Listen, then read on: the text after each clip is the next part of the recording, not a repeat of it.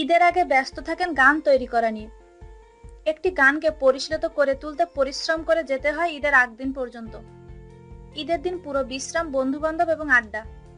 আর ঈদের পরের দিন থেকে টানা টেলিভিশন লাইভ সহ বিভিন্ন অনুষ্ঠানে ব্যস্ত থাকতে হয়।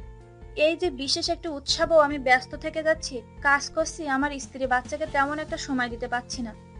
এ নিয়ে আমার স্ত্রীর কোনো অভিমান নেই, নেই কোনো অভিযোগ। আমার স্ত্রীর সমর্থন আছে বলেই আমার ক্যারিয়ারের রাস্তাটুকু এত মসৃণ। কথাগুলো বলছিলেন শ্রোতাপ্রিয়তা অর্জন করা কণ্ঠশিল্পী ফারুক আহমেদ সুমন। তিনি অবশ্যই এপের সুমন হিসাবে ভক্তদের নিকট অধিক পরিচিত। এখনকার ঈদ আর তখনকার ঈদ এবং সময়ের পরিবর্তন নিয়ে কথা বলতে গিয়ে এসব কথা বলেন কণ্ঠশিল্পী সুমন। ব্যস্ত ছিলেন স্টুডিওতেও। এরই মাঝে কালের কণ্ঠের সাথে কথা বলতে গিয়ে স্ত্রীর প্রসঙ্গ চলে আসে। স্ত্রীর প্রতি দারুণভাবে কৃতজ্ঞ সুমন। সে তার স্ত্রী জাহানারা ডলিকে ধন্যবাদ জানাতেও ভোলেননি। ছোটবেলার ঈদের কথা বলতে গিয়ে এপের সুমন বলেন, আমার জন্ম ও বেড়ে ওঠা ঢাকায়। শৈশবের ঈদগুলো ছিল অবর্ণনীয় সুন্দর। এত ভালো লাগা ছিল, এত আনন্দের ছিল, তা বলার কথা না।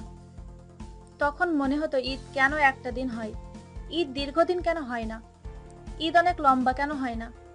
সুমন বলেন, এখনকার ঈদগুলো যেন মুঠোফোনে বন্দী হয়ে গেছে, হাই হ্যালো আর ফেসবুকে আটকে গেছে।